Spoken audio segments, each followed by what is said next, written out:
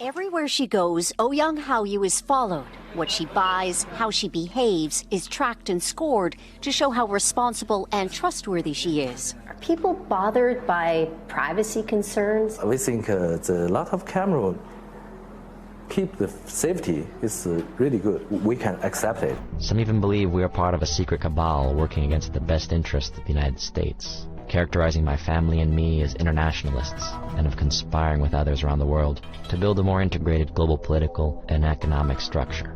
One world, if you will. If that's the charge, I stand guilty and I am proud of it.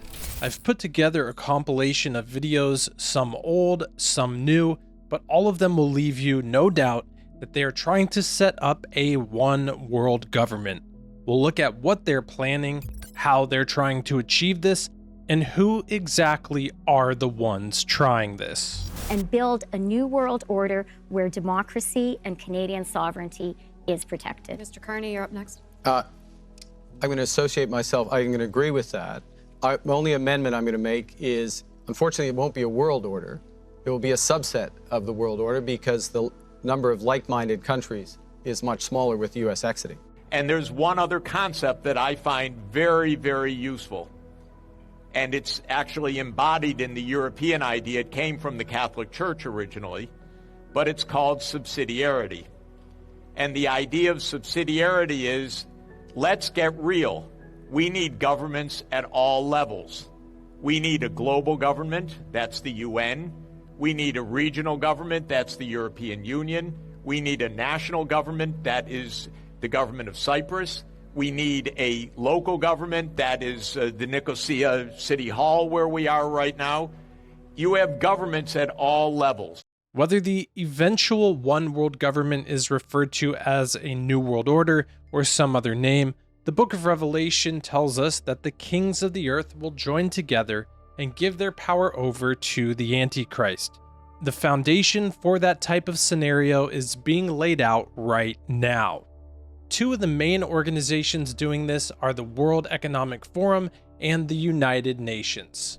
Globalists within these two organizations infiltrate the cabinets of governments around the world and then do their bidding. Like Prime Minister Trudeau, half of this cabinet are actually young global leaders of the World Economic Forum. We penetrate the cabinets. The change is not just happening. The change can be shaped by us. We have to prepare for a more angry world. How to prepare? Take the necessary action to create a fairer world. I see the need for a great reset. So people assume we are just going back to the good old world which we had and everything will be normal again. This is, let's say, fiction. It will not happen. One of the creepiest things we're seeing with some of these one world government people is their desire to control our thoughts.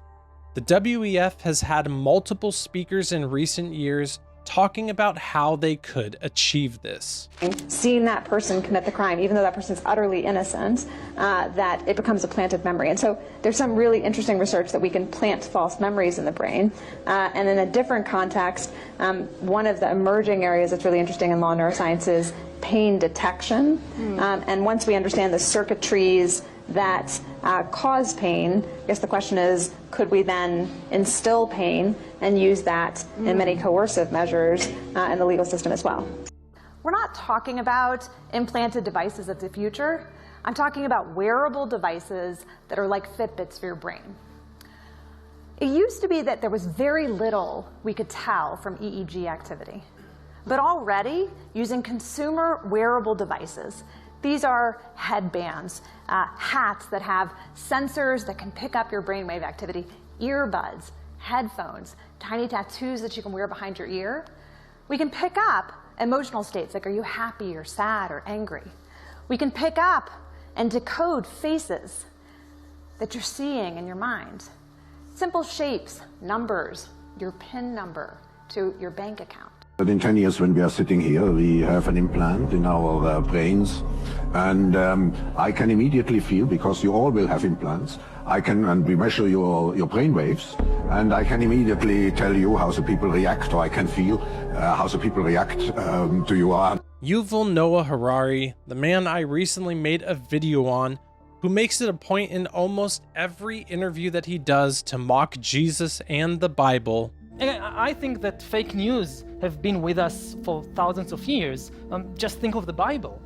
But not the intelligent design of some god above the clouds, but our intelligent design. Is also spouting off this agenda that humans are hackable animals. Humans are now hackable animals. You know, the whole idea that humans have, you know, they have this soul or spirit and they have free will and nobody knows what's happening inside me. So whatever I choose, whether in the election or whether in the supermarket, this is my free will, that's over. Today, we have the technology to hack human beings on a massive scale. Yeah, I mean, everything is being digitalized. Everything is being monitored. In this time of crisis, you have to follow science. It's often said that you should never allow a good crisis to go to waste because a crisis is an opportunity to also do good reforms that in normal times people will never agree to. But in a crisis, you see we have no chance. So let's do it. It really makes me wonder if this type of hacking the human mind or influencing the mind with some sort of technology is connected to the image of the beast. He was granted power to give breath to the image of the beast, that the image of the beast should both speak and cause as many as would not worship the image of the beast to be killed. It's hard to not imagine that some sort of advanced technology will not be used to achieve this. It's also hard to imagine, or actually impossible, for a man on an island 2,000 years ago to think of this level of control existing in the future. The prophecies in Revelation and all of the Bible that we can see even now with our own eyes unfolding prove beyond a shadow of a doubt that the Bible is the Word of God. The United Nations pretends to be an organization to bring good and peace to the world, but their actions actually prove that they are a globalist organization aiming to have complete control over everyone and everything. In 2024, they passed the Pact for the Future, which they say is a landmark declaration that pledges concrete actions toward a safer, more peaceful, sustainable, and inclusive world for tomorrow's generations. They say it's for peace and safety, but when they say this, then comes utter destruction. Take a listen to some of the stuff that's in this document. Let me just read you something really quickly about what is inside of this pact. Everyone, it says that this is the power structure, fully digital and maximized for the control of the masses. Everyone will be expected to have a biometric digital ID that marks them not just as citizens of an individual country, but as a global citizen. So anytime you hear global citizen or anytime you hear sustainability, think that this is an egregious thing that's happening at the level of the World Health Organization and the United Nations. Anyone that has a dissonant opinion will be labeled as misinformation, disinformation, or malinformation and memory hold. Perpetrators for unapproved information will be fact-checked and punished by the system, which will be operated and enforced by artificial intelligence. Punishments will include being locked out of one's bank account, being unable to make certain purchases, unable to get on an airplane, on a subway, drive on public roads. This is the future, according to the world's self-appointed overlords at the United Nations. These are the types of things that once again fall in line with the prophecies of a one-world government and the control over people's lives by the Antichrist in the end times. These systems of complete control over people's lives are already happening in China. The world leaders who want complete control want these social credit systems to be implemented worldwide. All residents here are assigned a social credit score. It starts with a base of 1,000 points. From there, the maths begin. Chapter 2, Evaluation Criteria number 5. Help those in need who are not your blood relatives for more than 6 months. Add 5 points. Regulation number 15. Being a public nuisance. Deduct 20 points. And information collectors like Zhou Aini are paid to report on their neighbors. Her quota, 10 entries a month. Like the man who carried a drunk person home. A good deed, she says. Good social credit gets rewarded with perks like cheap loans and travel deals. But a bad score means public shame and worse. Huang Huijun lost a court case and didn't pay. Now he's on a government blacklist. I can't buy airplane or train tickets, he says, and the list goes on. The social credit system will go nationwide next year, and few here are willing to criticize it, something that may pose a risk itself for a bad score and the life that comes with it. Most of us saw the WEF's video where they said by 2030 you'll own nothing and be happy. Former chairman Klaus Schwab consistently said that we need the type of transparency where people can't have a private life at all, saying, quote, if you've got nothing to hide, then why should you care? With a social credit system and complete control over everyone's digital lives, making everyone a citizen of the world and not specific nations and their own laws, all of this is again achieved most easily by giving your life completely over to the social credit system, brought under a system of one world control. Back in 2024, an undercover video was taken of a high-ranking official within the UN where he was caught saying that the UN's desire was to make the identity of everyone in the world a global citizen. So is globalism one of the goals for the UN? Absolutely. It's to create a space for also the creation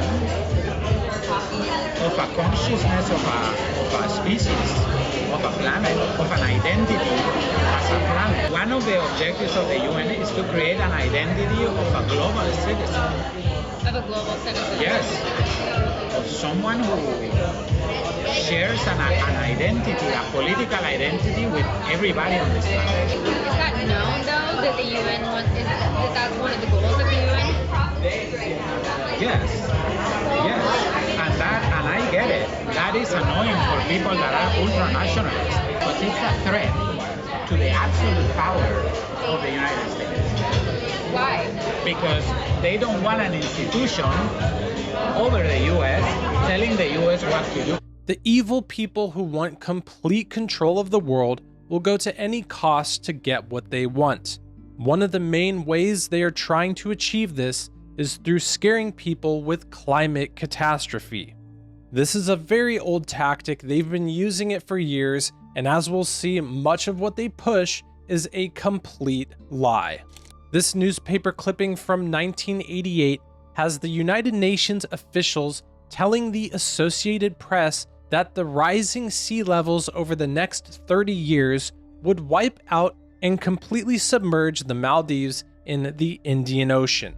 Well, sadly for them, we actually have satellite images from 1988 of the Maldives in comparison to 2023, and what we see is that the islands have actually grown.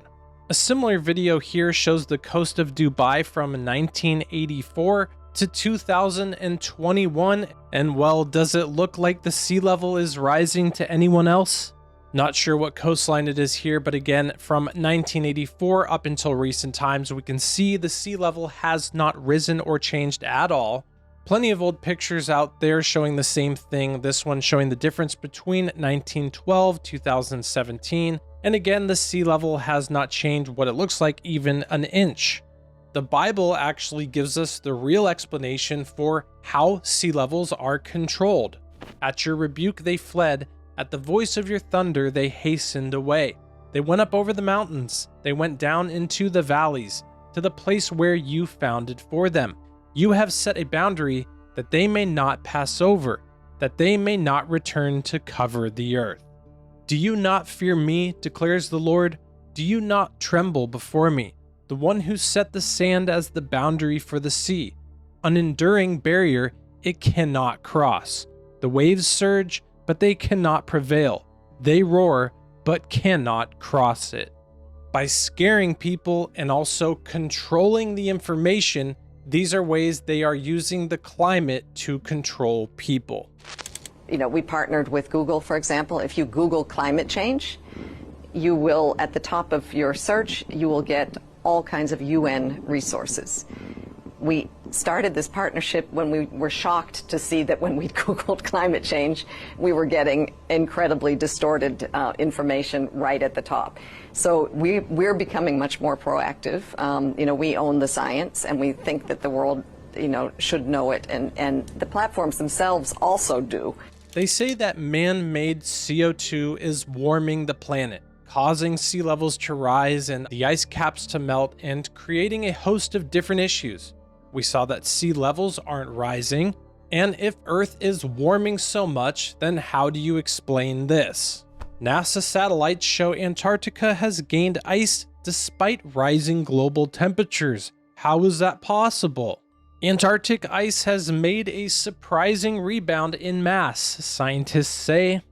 We always hear about how bad CO2 is for the environment, but there are companies around the world who grow food and plants for different reasons, and they literally pump in CO2 into these facilities to help the plants grow better.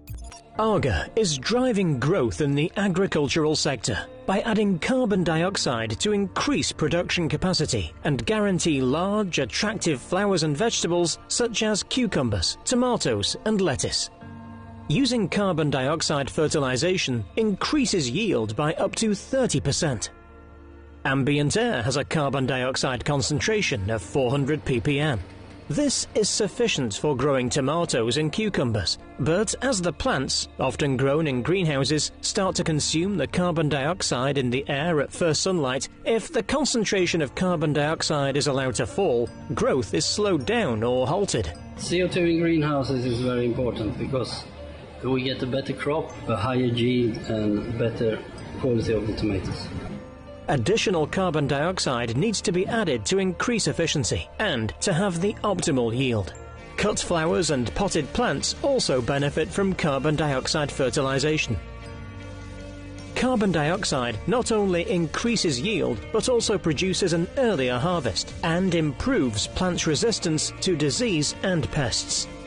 The evil people who want a one-world government do whatever it takes to get what they want. They encourage, instigate, and continue wars for their own selfish benefit, so of course a few lies here and there about the climate means nothing to them. We have to give a future. We need to give hope. And we have to encourage the Ukrainian population to imagine their future. That it is our duty and it is our interest to do this, because if they lose hope, they're no longer going to fight. If they're no longer going to fight, the geopolitical consequences will be major, and they are not in our interest. So there's a real spin behind this. The agendas of evil obviously exist in the world, but we actually can have great hope even in the midst of them. God is in control over everything, and He confuses their plans. This is why since the beginning of time, at moments like the Tower of Babel, the desire of evil to control the world has always failed. Why do the nations rage and the peoples plot a vain thing? The kings of the earth set themselves, and the rulers take counsel together against the Lord and against His anointed, saying, "Let us break their bonds in pieces and cast away their cords from us. He who sits in the heavens shall laugh. The Lord shall hold them in derision. Then He shall speak to them in His wrath and distress them in His deep displeasure." The fulfillment of a one-world government will ultimately come, but we have no idea when. It's wise to watch the plans of wickedness that unfold and speak against it, so we can do our best for truth and justice to reign in the earth. Jesus is in control, and we can trust Him. He has been with His people all throughout every other time of human history, whether it's been wicked leaders or good ones. And if you've accepted Jesus Christ as your Lord, then one day you will live in an earth where it's a new earth and a new heavens, and truth and justice are all there is. Nevertheless, we, according to His promise, look for new heavens and a new earth in which righteousness dwells.